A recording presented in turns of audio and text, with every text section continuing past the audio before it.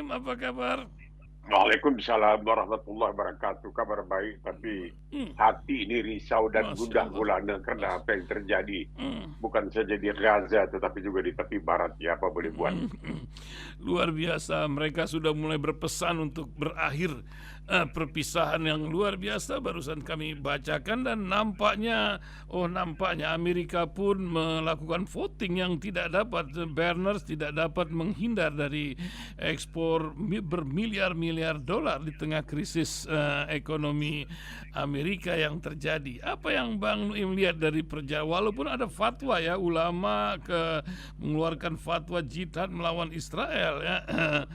Seorang ulama muslim terkemuka mengatakan dekrit keagamaan, tapi nampaknya sedang terjadi apa? Buihkah yang ada? Juga dibayang-bayangi bencana megatrust di antara guncangan bumi yang terjadi dari Jepang, Pasifik, dan cemana kita hal kisah ini mengabarkan. Silakan Bang Nuim, di tengah masih suasana orang balik dari mudik nih dari berbagai tempat, Ramadan ini nampaknya banyak peristiwa dunia yang terjadi. Silakan Bang Nuim Hayat.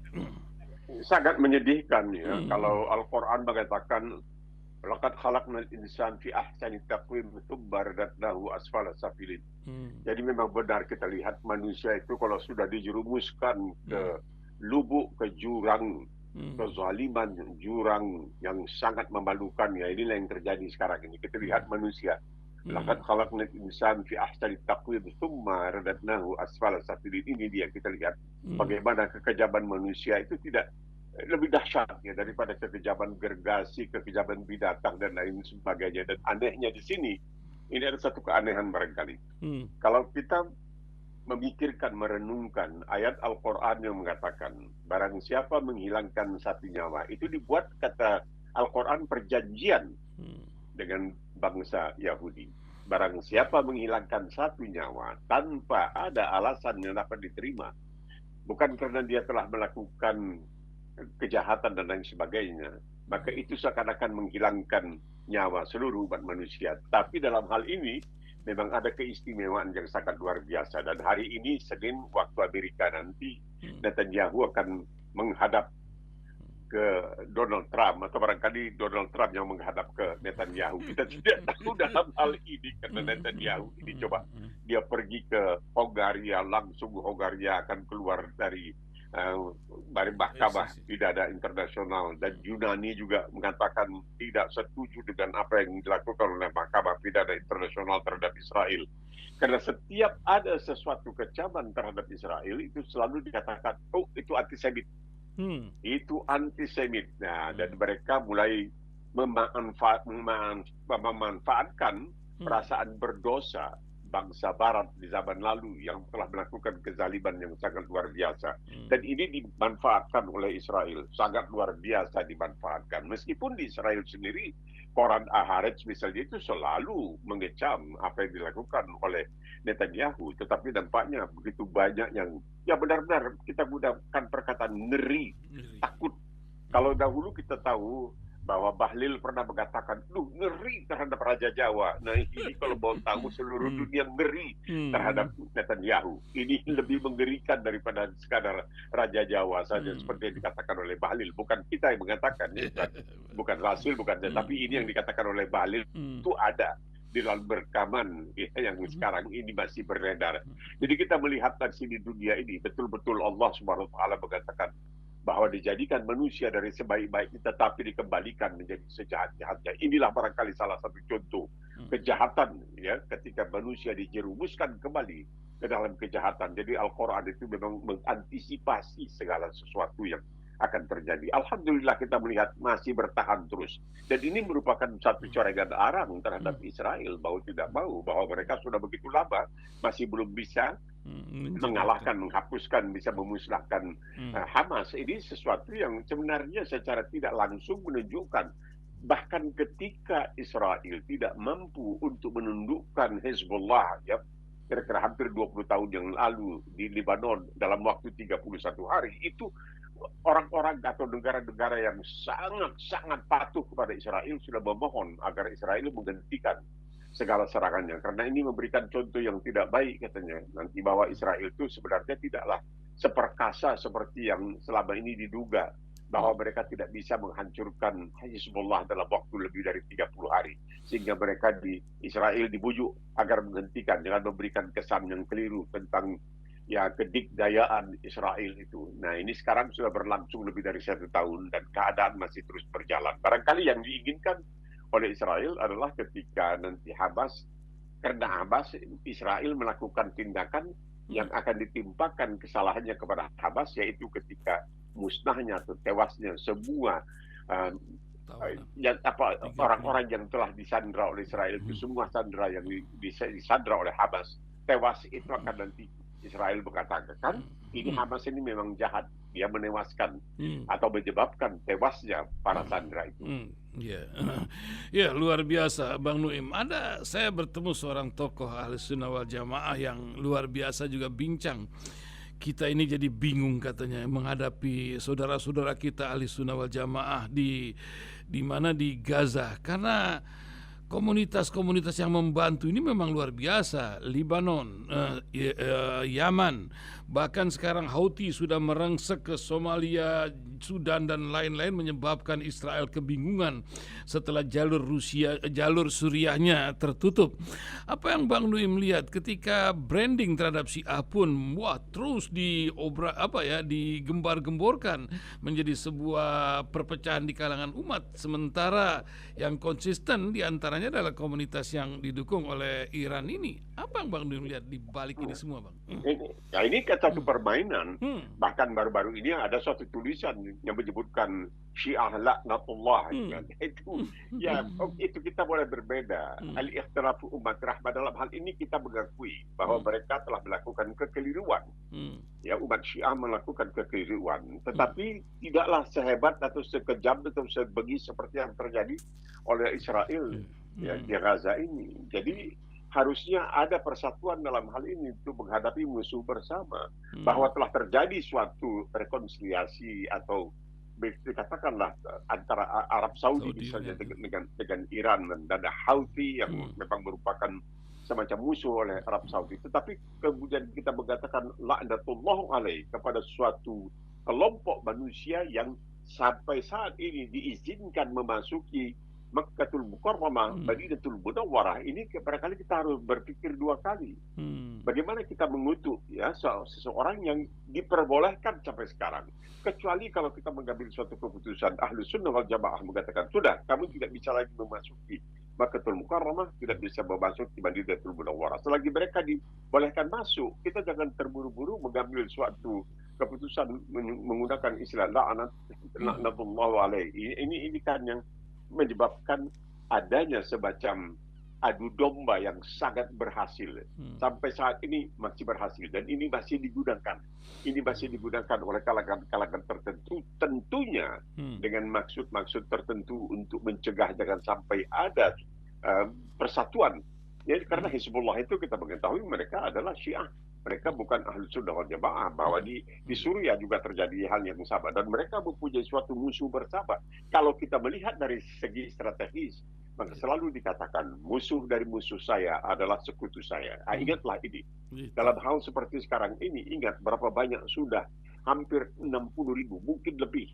Saban hari katanya ratusan itu anak-anak ada yang tewas dan terluka yang disebabkan oleh perbuatan Israel di Gaza. Dan juga sekarang di tepi barat, baru saja anak umur 14 tahun, kebetulan dia seorang warga negara Amerika keturunan Palestina yang ditembak begitu saja.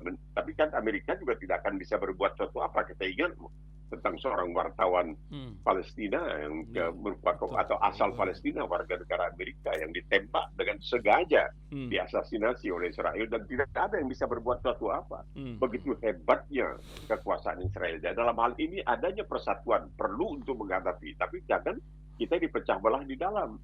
Katakanlah ini musuh bersama. Nanti itu persoalan akidah kita, yaitu Allah SWT akan menentukan. Imanan. Kita sudah tetap, kita berpegang kepada ahlu sunnah wal jamaah. Itu tidak bisa. Kita khulafur rasyidin, kita menganggap bahwa Abu Bakar Siddiq radhiyallahu anhu, Umar bin Khattab, Utsman bin Affan, semua kita anggap sebagai khalifah yang mendapat petunjuk. Sudah, tidak apa, kita terima. Tapi mereka tidak mau menerima, itu urusan mereka, itu urusan akidah mereka. Tetapi dalam bagaimana menyelamatkan nyawa manusia, nyawa anak-anak yang begitu banyak, sudah berapa puluh ribu, hampir 60.000 yang sudah, dan masih banyak yang tertimbun di reruntuhan-reruntuhan yang masih belum diketahui apakah sudah menjadi tulang belulang ataukah apa, kita tidak tahu. Wallahu a'lam bishawab. Masya Allah, innalillah. Sementara guncangan dunia terus bergulir, entah ya, kalau kata Robert Kiyosaki ini sudah masuk ini krisis sekarang, tapi nampaknya Amerika dengan kebijakannya baru-baru ini, perang tarif ini menjadi sebuah cerita lain, menyebabkan dalam waktu hanya beberapa hari saja negara-negara yang diadu dengan ekspor importnya ini sedang berunding. Apa yang Bang Nuim lihat, sementara dukungan terhadap Ukraina terus merosot, bahkan terhadap NATO yang terjadi, dan nampaknya hang-hengong terjadi pula antara Eropa dan Amerika. Rusia tinggal melihat apa yang akan terjadi. Dunia sedang payah ini, Bang Nuim. Apa yang terjadi zaman yang kita lewati ini? Bagaimana Bang Nuim melihatnya? Bagus, ini ada seorang bully, ya, orang bully namanya Donald Trump. Nah, sekarang ini kelihatan Elon Musk mungkin akan mengundurkan diri kabarnya. Mereka melakukan PHK di sana sini, termasuk bahkan di dalam departemen. Iya, ini menarik sekali bahwa ini perbuatan ini seakan-akan macam main-main saja, dan ini imbasnya nanti ini akan laksana senjata makan tuan. Karena kalau kita baca apa yang dikatakan oleh Presiden Meksiko, Presiden Meksiko mengatakan kamu membangun dinding sebenarnya untuk mengurung diri kamu sendiri. Bagaimana kalau orang sudah mulai tidak lagi mau makan McDonald, tidak lagi mau minum kopi-kopi yang terkenal dari Amerika dan lain sebagainya. Kalau orang mulai memboikot Amerika, karena Amerika ini termasuk isolasionis. Artinya begini, di dalam kebijakan Amerika itu ada yang disebutkan doktrin Monroe. Doktrin Monroe itu, Monroe nama seorang presiden Amerika. Doktrin Monroe, barangkali orang di Indonesia lebih kenal dengan Marilyn Monroe, seorang aktris yang luar biasa. Ini Monroe ini nama seorang presiden. Dia mengatakan bahwa itu ada garis, dan di bagian barat itu adalah milik Amerika. Orang luar tidak boleh masuk. Amerika boleh masuk kemana-mana, tapi orang luar tidak boleh masuk ke sana. Nah, kalau ini diisolasikan, kadang-kadang sudah mulai melawan. Kita melihat Meksiko mulai melawan. Ini nanti Amerika bisa seperti senjata makan tuan, insya Allah. Luar biasa, walaupun sekarang kita mengetahui di 50 negara bagian berlangsung demonstrasi besar-besaran. 50 negara bagian. Kemudian dilanda banjir. Di daerah tengah dan selatan dilanda banjir yang sangat dahsyat juga. Ini juga menunjukkan bahwa alam pun tidak tinggal diam. Setelah kebakaran yang begitu hebat yang terjadi di California, sekarang terjadi banjir. Kita lihat, dan ada dugaan juga bahwa gempa ini akan semakin hebat. Kalau dahulu 5,6, sekarang ini magnitudo, sekarang ini 7 dan sebagainya, dan 8, dan kemungkinan lebih dari itu. Bahkan dikatakan ada kemungkinan bahwa gempa berkekuatan sampai 8 akan mengguncang Tiongkok. Ini akan terjadi. Jadi kita melihat bahwa sekarang manusia ini bukan hanya berhadapan dengan kezaliman oleh sesama manusia, tetapi juga kemarahan alam. Kenapa alam juga menjadi begitu marah kepada umat manusia? Karena anehnya begini, kalau dikatakan bahwa terjadi gempa, dan gempa sekarang ini sangat luar biasa. Nah, dahulu dikatakan gempa ini karena ini akhirnya secara teoritis ilmu pengetahuan, ilmu bumi dikatakan gempa itu terjadi apabila lempeng bumi tubrukan satu sama lain dan lepaskan stresnya. Kalau dia ke atas itu terjadi gempa, kalau dia ke bawah setelah tubrukan tidak terjadi gempa. Menarik di sini bahwa terjadi tubrukan antara lempeng bumi yang melepaskan stresnya. Perkataan stres, Al-Quran mengatakan wa akhrajatil ardu athqalaha. Ketika bumi melepaskan bebannya, ini merupakan salah senjata alam ini. Bayangkan ya, Al-Quran di abad ke-7 Al-Quran di abad ke-7 mengatakan ketika afqalaha, ketika bumi melepaskan bebannya, tidak menggunakan perkataan stres. Tapi ini semuanya kita melihat, ini bukan hanya dalam tanda kutip fenomena alam, tapi ini adalah kehendak dari Allah. Iya, Kita bersabar, iya, kita bersabar. luar Allah biasa. mengatakan, jangan minta didahulukan. Ya itu luar biasa. Ya. Aceh dengan konfliknya terjadi gempa, juga di Myanmar kemarin dengan konfliknya. Nampaknya alam berkorelasi dengan kelakuan-kelakuan penghuni alam itu sendiri. Bukan begitu, Bang Nuin? Seperti adanya Yaumil Itu Bid, ya, tengah bulan purnama, awal itu kan berpengaruh terhadap alam, air naik dari laut itu. Bagaimana Bang Nuin melihatnya itu sebagai orang yang sudah makan asam garam kehidupan ini, Bang? iya. Inilah yang kita harus waspadai. Kita harus memang kita berdoa, ya Allah berikan Rabbana atina fid dunya hasanah wa fil akhirati hasanah. Kita tidak hanya minta di akhirat tapi di dunia juga. Ini yang membuat orang banyak mulai berpikirlah, kenapa di dunia minta selamat dan di akhirat minta selamat. Kalau memang tidak bisa kalau memang harus dipisahkan antara dunia dengan akhirat, kan tidak bisa di dalam Islam. Seperti sudah kita katakan beberapa waktu yang lalu, bahwa pemisahan antara dunia dengan akhirat, artinya dengan agama, dengan kehidupan di dunia ini, agama dengan politik ini adalah salah satu misi yang diemban oleh penjajah, terutama Snow Horgeje, yang mengatakan jangan dicampur aduk. Nah, ini yang sekarang suka dikemukakan oleh orang-orang yang dalam tanda kutip disebutkan sekuler. Oh, jangan dicampur aduk, termasuk antara lain oleh Presiden ke-7. Saya ingat itu ketika Joko Widodo mengatakan, jangan dicampur aduk politik dengan agama. Ya, dia tidak bisa sebenarnya. Kalau dalam agama Islam kita tidak mau minta maaf, tapi kita mengatakan dengan tegas kami sebagai Muslim tidak bisa menerima itu. Kenyataan bahwa kita menggunakan dunia untuk akhirat. Oleh sebab itu kita harus hati-hati terhadap dunia ini. Jangan melakukan seenaknya seakan-akan kita bebas merdeka karena kita punya kekuatan atau kekuasaan. Dan itu tidak bisa. Ingatlah bahwa kita sebagai umat Islam, kuntum khaira ummati ukhrijat linnas ta'muruna bil ma'ruf wa tanhauna 'anil munkar, dan ketiga wa tu'minuna billah, dan kamu beriman kepada Allah, nyuruh orang berbuat baik, melarang orang berbuat jahat, dan ketiga beriman kepada Allah. Jadi kita lihat bagaimana sekuensnya. Kuntum khaira ummati ukhrijat linnas, karena apa? Karena ta'muruna bil ma'ruf, menyuruh orang berbuat ma'ruf, melarang orang berbuat jahat, dan beriman kepada Allah. Waktu billah. Ya, ini semua. Jadi mengembalikan kita barangkali insya Allah segala yang terjadi ini seharusnya tambah menebalkan keimanan kita akan kebenaran dari ajaran agama kita ini. Ya, memang luar biasa ini.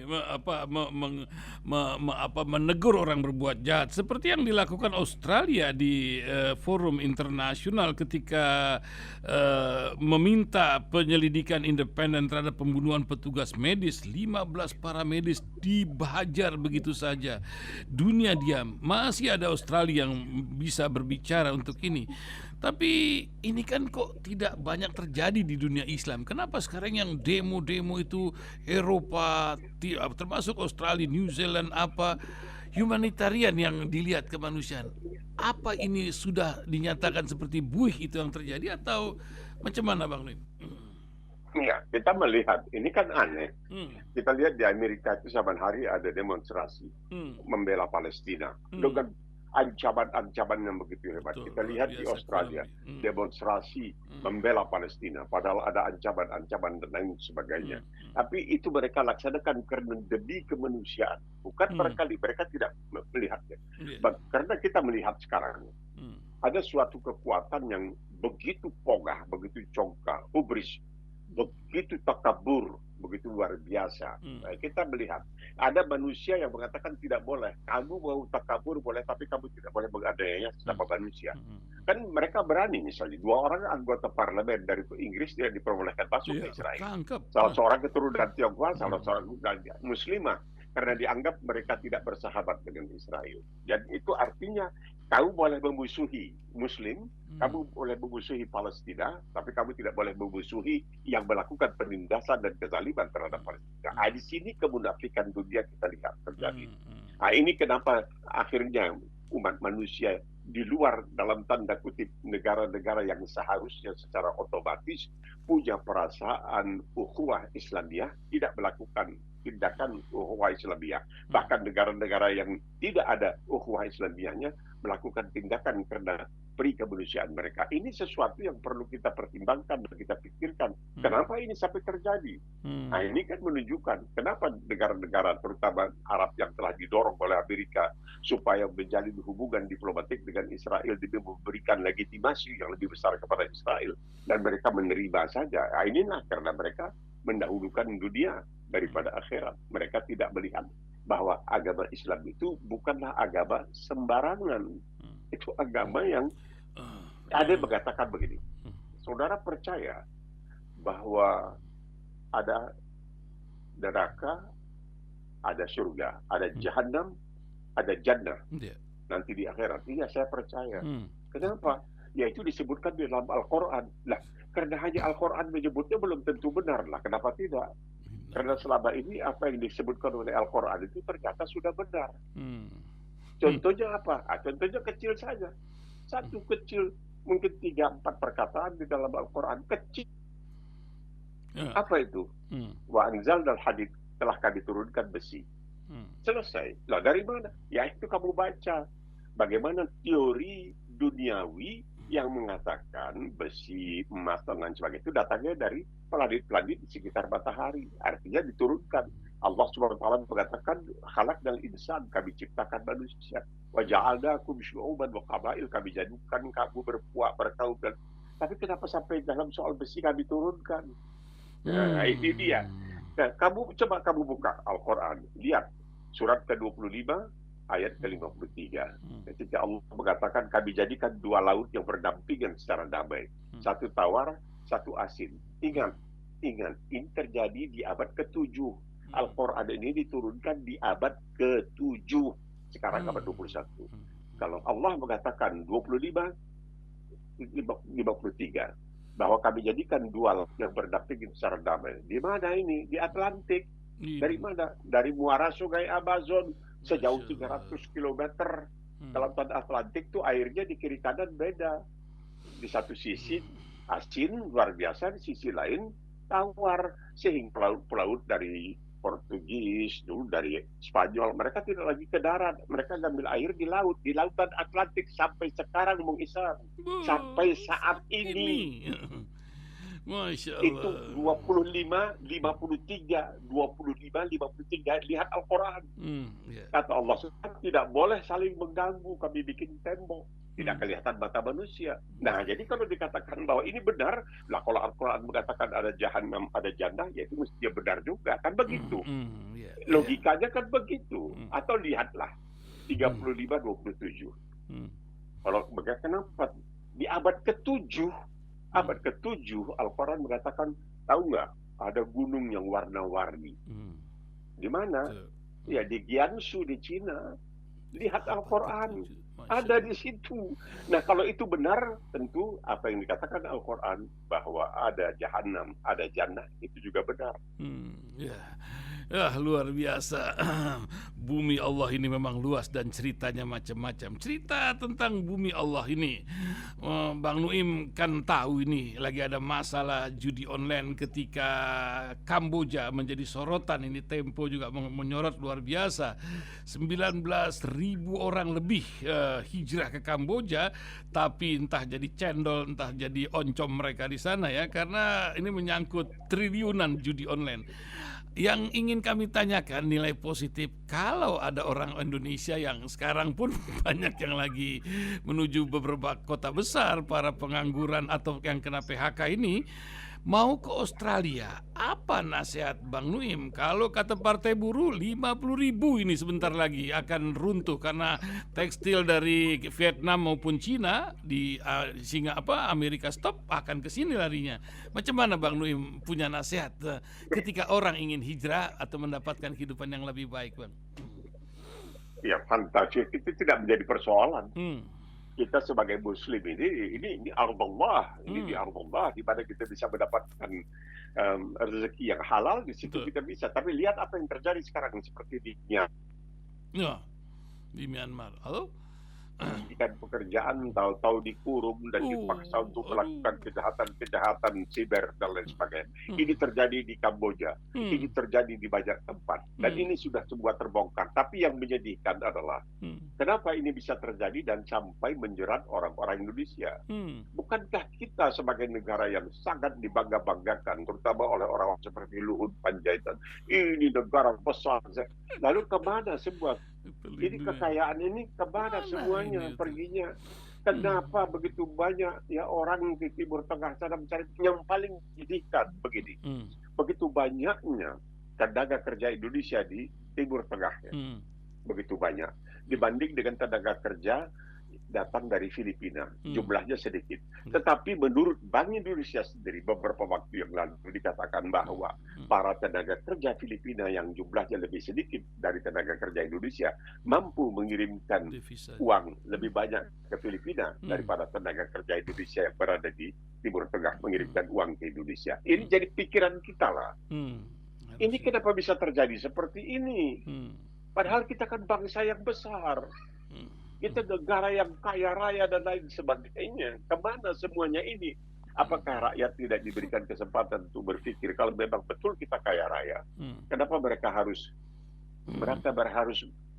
bertualang, harus merantau sampai ke luar negeri mencari sesuap nasi ke orang kita, mencari makan dan ini kan menjadi cermin kita. Kenapa ini bisa terjadi? Itu. Hal seperti dikatakan oleh orang seperti Mahfud MD, bahwa kalau kita bisa memberantas korupsi di bidang pertambangan saja pun kita sudah bisa makan setiap warga di Indonesia ini 20 juta rupiah sebulan. Kan malu kita.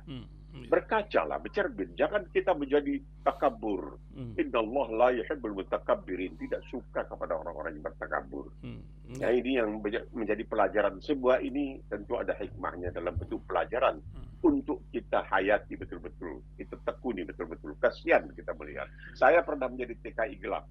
Tapi itu dengan pertimbangan saya ingin merantau untuk melihat kampung halaman asal-usul ayah saya, Allah yarhamu, di Mekah. Itu saja. Tapi apa boleh buat? Itu merupakan suatu pengalaman yang sangat luar biasa juga bagi saya. Dan melihat bagaimana orang-orang dari Indonesia waktu itu bekerja dengan istilah TKI. Mereka itu mencoba banting tulang untuk mencari kehidupan yang layak. Bang Nuim, ada yang bertanya ini. Coba Pak Iksan tanyakan ke Pak Nuim. Ini saya merasa tergelitik ya. Karena dunia politik Indonesia ini kan selalu dilengkapi dengan intrik-intrik. Nyai Roro Kidul lah, inilah, itulah. Apa yang Bang Nuim lihat? Saya rasa bukan hanya di Indonesia. Ingat dulu Nancy di Amerika, juga di Inggris ya. Dunia klinik ini dan berdampingan dengan dunia politik ini menyebabkan kita garuk-garuk kepala. Baru-baru saja ada tokoh yang mengungkap bahwa ada serangan terhadap dunia yang satu ini ke rumahnya. Apa yang Bang Nuim lihat di tengah masyarakat yang sudah modern macam gini? Dan memang jin ada, salah satunya di antara pendengar kita. Bagaimana Bang Nuim melihatnya, Bang?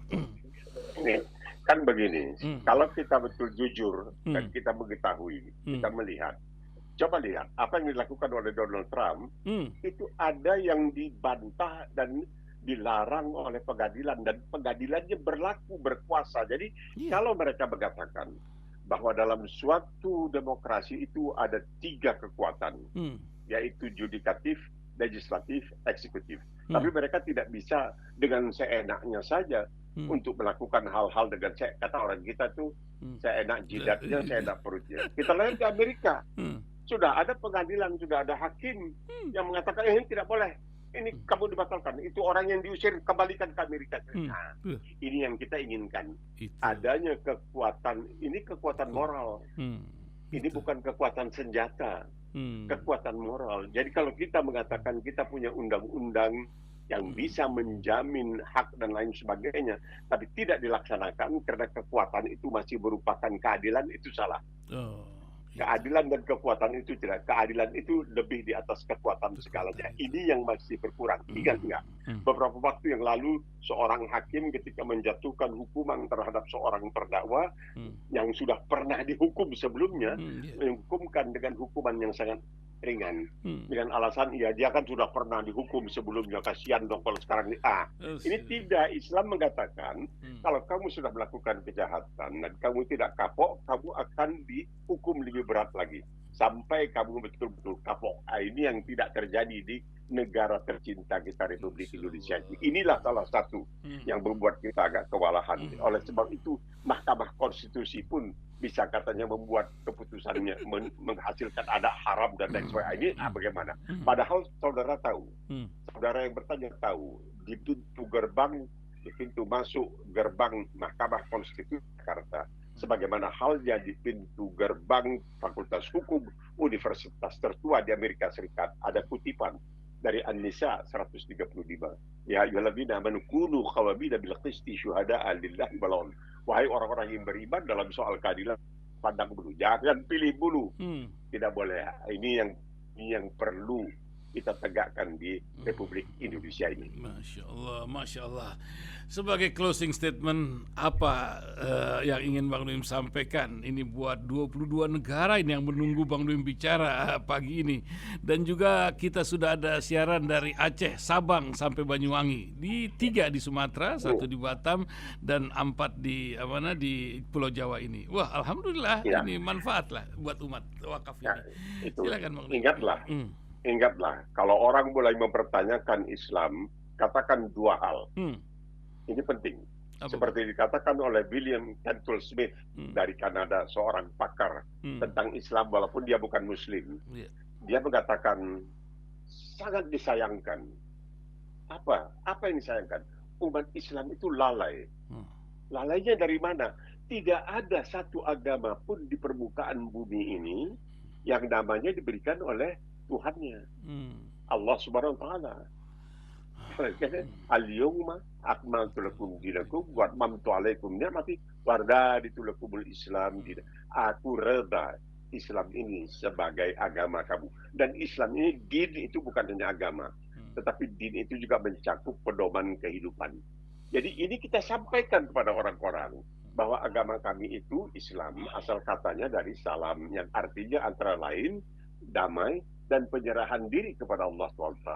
Ini yang perlu kita sampaikan kepada orang-orang untuk memahami apa yang dimaksudkan dengan Islam itu. Ada 2 kali. Ad-dinu indallah al-Islam. Itu sudah dikatakan. Dan dia menyayangkan.